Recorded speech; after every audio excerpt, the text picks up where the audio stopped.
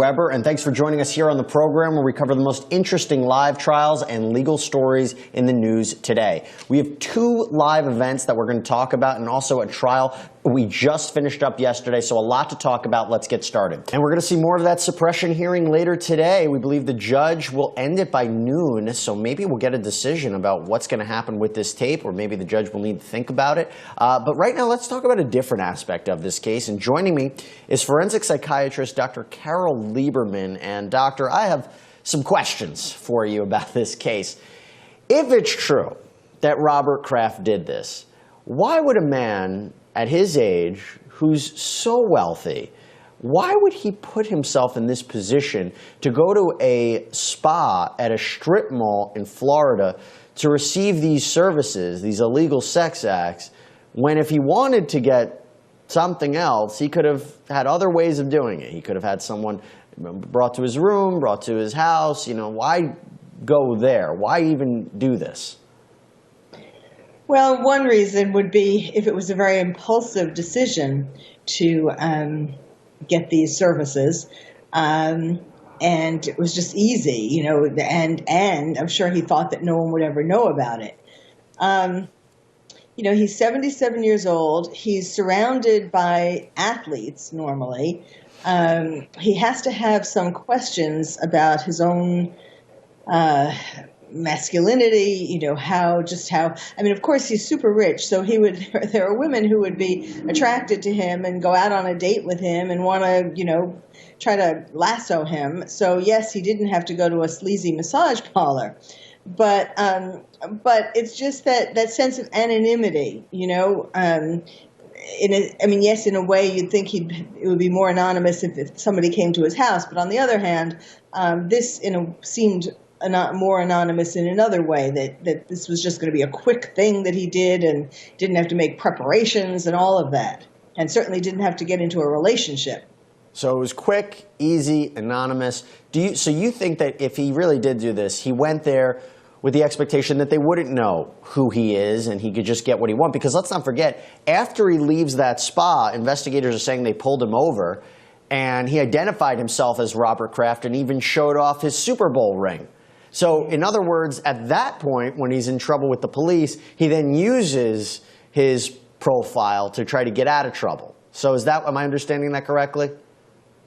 Yes, but I'm not sure. I mean, at that point, I don't know that did they explain why they were pulling him over and that it related to that massage parlor? Not yet, no. It was something unrelated, if I were correct. But I mean, they even allowed him to. They didn't arrest him. He actually went back to the spa the next day. So I think he didn't. You know, he was just using his "Do you know who I am?" kind of thing, and not knowing that was going to get him into that kind of trouble. You know, it was one thing to run a red light, and it's another thing to realize that what they're really trying to get him for. Yeah, that's a good point. We have more to dissect with this, and I want you to stand by because there's a lot of questions that I have if ultimately he is, you know, responsible for this, if he really did do this. So, okay, so there's a little bit of an audio feed right there, a little bit of an issue. So back with me again is Dr. Carole Lieberman. Doctor, before we jump back, I still am breaking this down with you. I guess let's just talk about the idea of prostitution in general. Most people that would engage in this kind of behavior, that would go to these kinds of places, is there a general theme? Is there a common theme that you see? You talked earlier about Robert Kraft, a big thing about him, maybe anonymity, going places where they didn't know him, he could get what he wanted. But do you see a common theme for people that receive these kinds of services?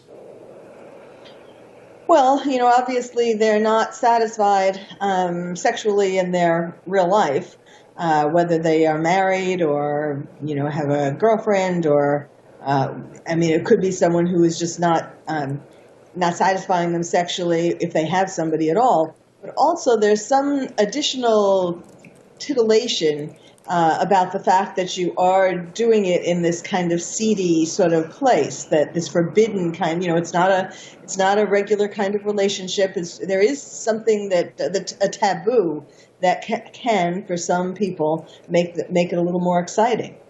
Yeah, I don't think anybody's finding love at a strip mall day spa, but hey, you know, who's the judge?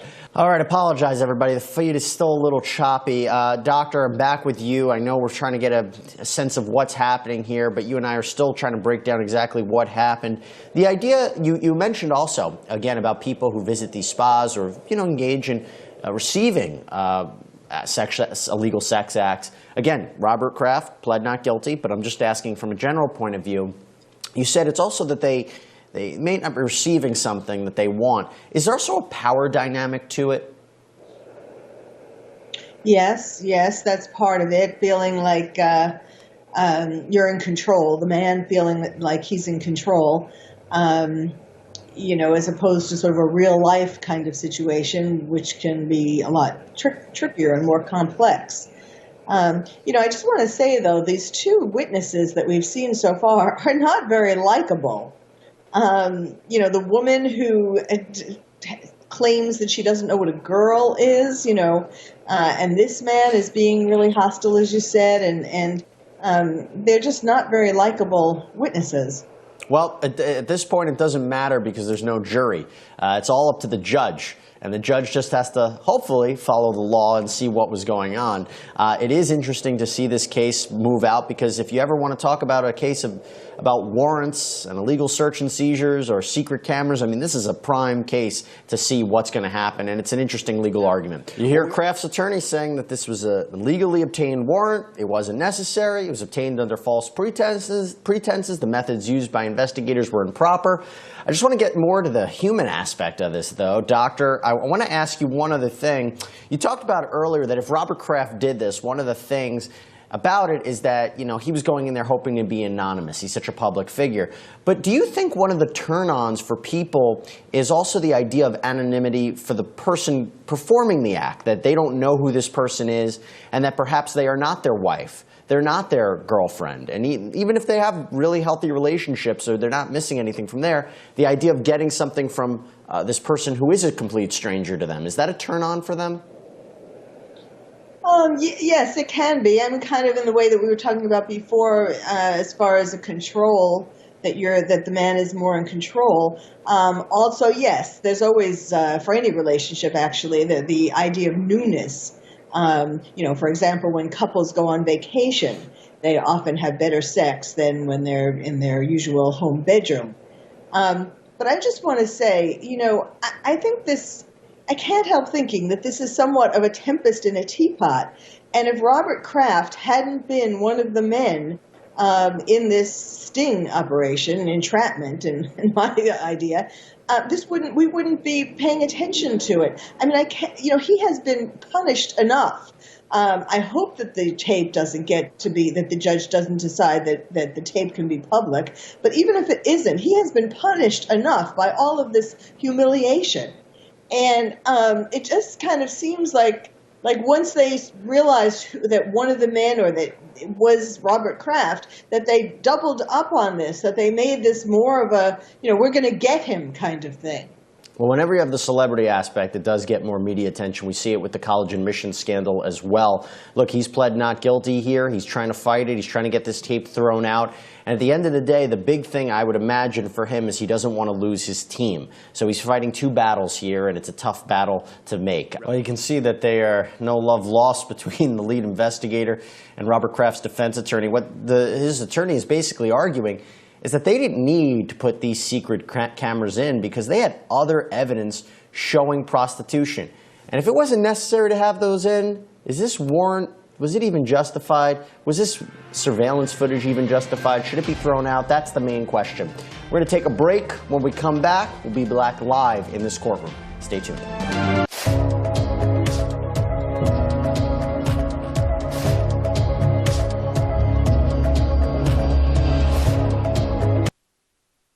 And we also have a new special guest Dr. Carole Lieberman from Beverly Hills. I was just out there, doctor. You are a forensic psychiatrist, a legal analyst, an expert witness of film and print fame. And I love two things about your biography when we're talking about R. Kelly. You are called the Dr. Freud of modern times, as I understand it. That's a pretty amazing distinction. I actually may be giving you a call afterwards. Maybe you can help me out. And we also have, you wrote a book called Bad Boys, Why We Love Them, How We Live With Them, and When to Leave Them.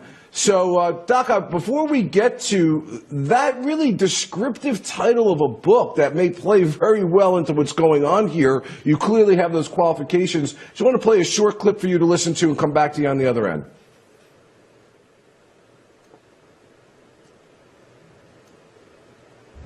One case in which you were acquitted. I'm talking about the other cases where women have come forward and said, R. Kelly had sex with me when I was under the age of 18. R. Kelly was abusive to me emotionally.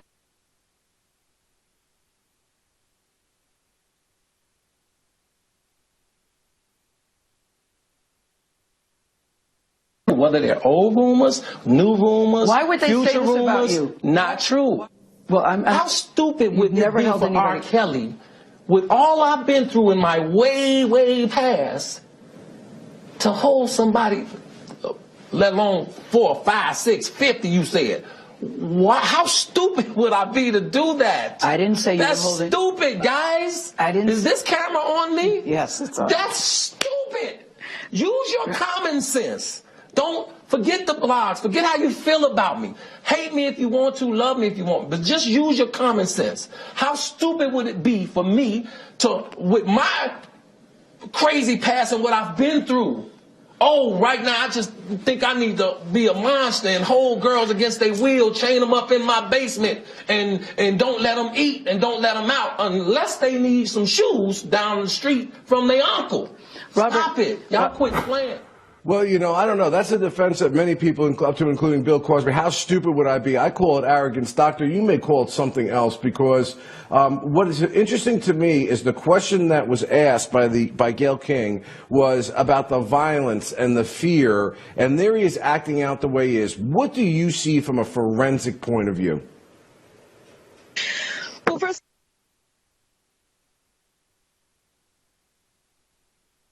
the very kinds of things that he is being accused of, his volatility, his aggressiveness, flying off the handle, and also a lot of paranoia and denial.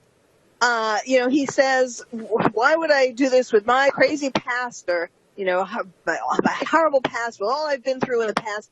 And that actually, it's his past that has caused him to do all of this.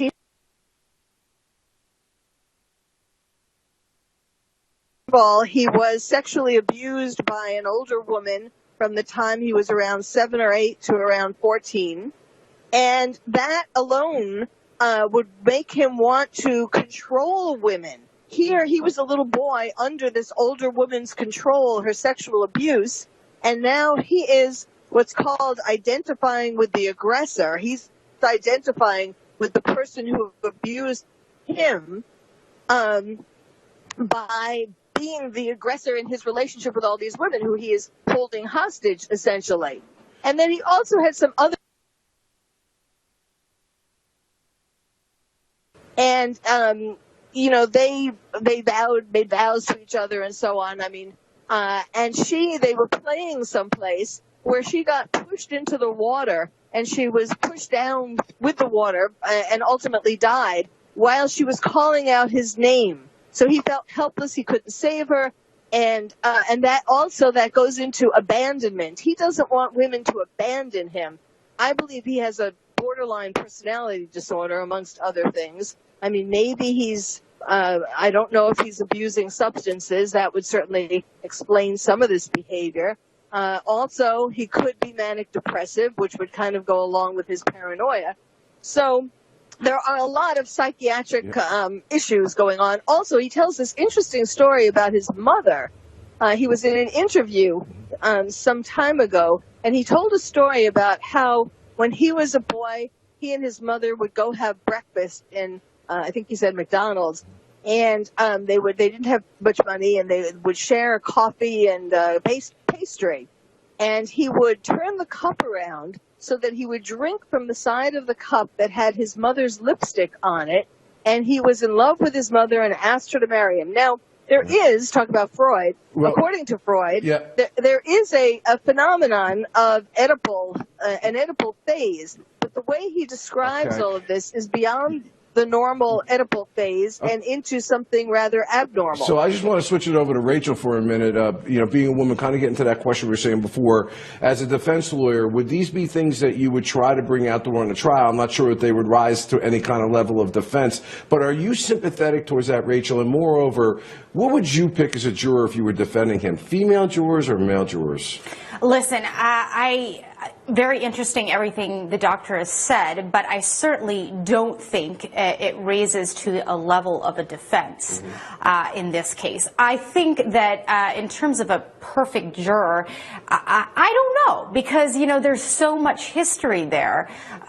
Perhaps a male juror would be better, but this is a really tough case, given these outbursts we're hearing from, his history, and the allegations, and the fact that two of the charges, from what I understand, there's DNA evidence linking him to what happened. Yeah, and it reminds me of the case in Florida, I think with the Kennedys many years ago, where the prosecutor picked an all-female jury, and people thought that she was nuts to do that. But what the defense attorney, and what they found out was that the female jurors tended to blame the victim, if you will, because she did some things that she should have known better to do, and kind of the egged him on scenario, where the males were much more outraged because they, as male conduct, knew that this was something that was absolutely above and beyond what somebody should have done. So it really is a tricky question when you're picking a jury as to what you do for a guy like this. But I think when you show a clip like the clip that you're showing there, I don't think if you're male or female, it's going to resonate well. I look at them seeing him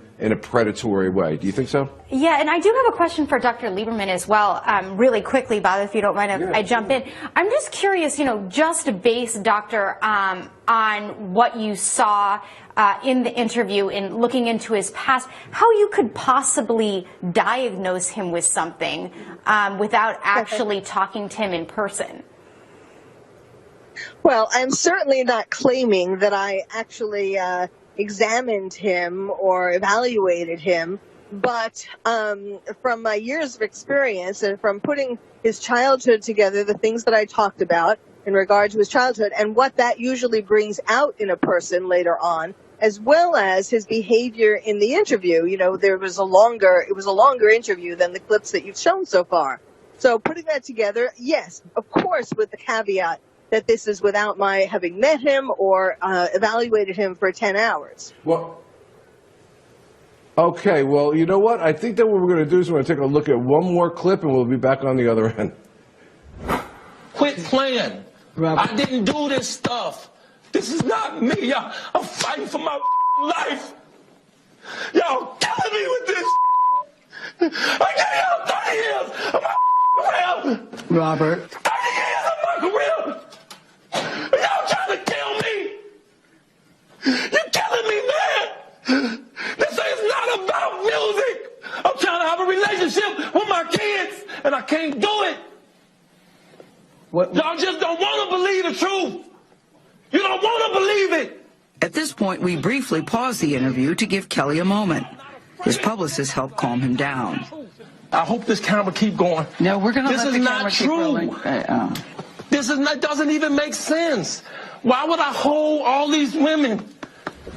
Yeah, real quick, Doctor, just to follow up on what Rachel was saying, in addition to a clinical interview that you would do in your years of experience, there would be diagnostic testing that would be done from him that is kind of typically difficult for him to malinger on. Do you believe that diagnostic testing is imperative prior to coming to an ultimate conclusion as to what his sequelae is?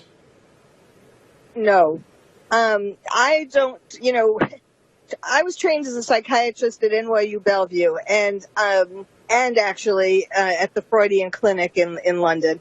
And if we needed to have psychological testing for every patient before making a diagnosis, it would be bad psychiatrists. But when I do my expert witness work and I testify, I usually do or have done psychological testing, mainly not because it always comes out to what I had thought in the first place, but I do it for the jury because juries like to know that there is some kind of so-called objective evidence of whatever it is that you're saying. So, Doctor, as well. if I'm hearing you correctly, as a treating physician, which we know is clearly different than an expert in court, what more would you need other than what you've told us now in order to make the treating diagnosis, even though you may not need the actual objective testing that you would as a forensic expert in court? What else would you need? Well, as a treating doctor, I would be seeing him over time, once or twice a week for years. And so when you're treating, you kind of, other than the fact that you might want to give him some medication for his rage outbursts, but other than that, you would be kind of deciding as you go along. You would be looking at him in much more depth. There wouldn't be a reason necessarily.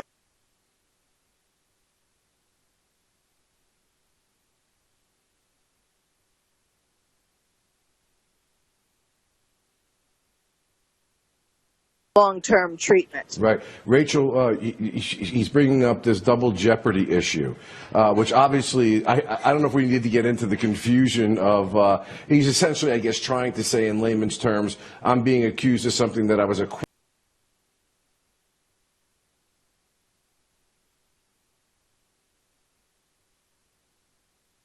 Accusations that have come out and he's now facing charges with are completely different accusations and involve different victims from the previous charges he was acquitted from. So clearly double jeopardy does not apply to this situation. And the fact that he kind of defense, in all honesty, is a bit ridiculous. Okay, well, Imran, I'm now charging you with the responsibility of being the defense attorney for this this gentleman here. And what is your advice to him going forward about doing any more interviews, or how would you start to prepare his defense? Okay, so first, no more interviews, because you're laying down a track record for the prosecution to use that at trial, if it goes to trial, and you're making yourself it's not a good look. You already don't have a good look in the court of public opinion. Don't make it worse. So no more press interviews as much as you'd like to. In terms of preparing for the defense, well, we're going to look at each of these individuals making claims. I would hire a private investigator to go out and cull together some material for the defense and go from there. Wow, listen, you guys have been amazing guests. Doctor, thank you so much. It was a great education. Your only chance